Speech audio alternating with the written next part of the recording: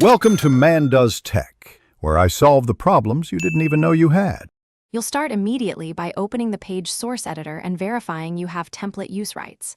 Once done, choose the specific Infobox template that matches the subject and gather the values you'll insert: names, dates, images, links.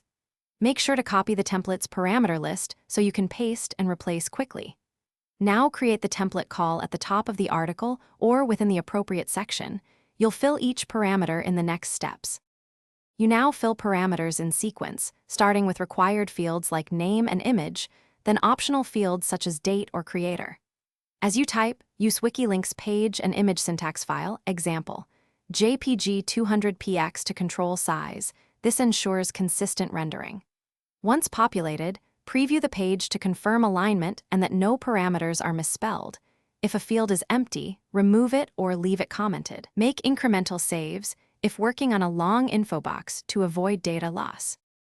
Finish by saving with a concise edit summary and then inspect both desktop and mobile previews to ensure layout holds.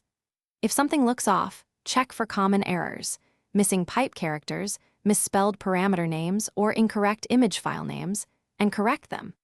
If the info box breaks the page, revert to the previous revision, open the template documentation to verify parameter names, and test changes in a sandbox page. One tip: use incremental previews so you can catch problems early and avoid large rollbacks. Thanks for watching. If you found this helpful, don't forget to like and subscribe.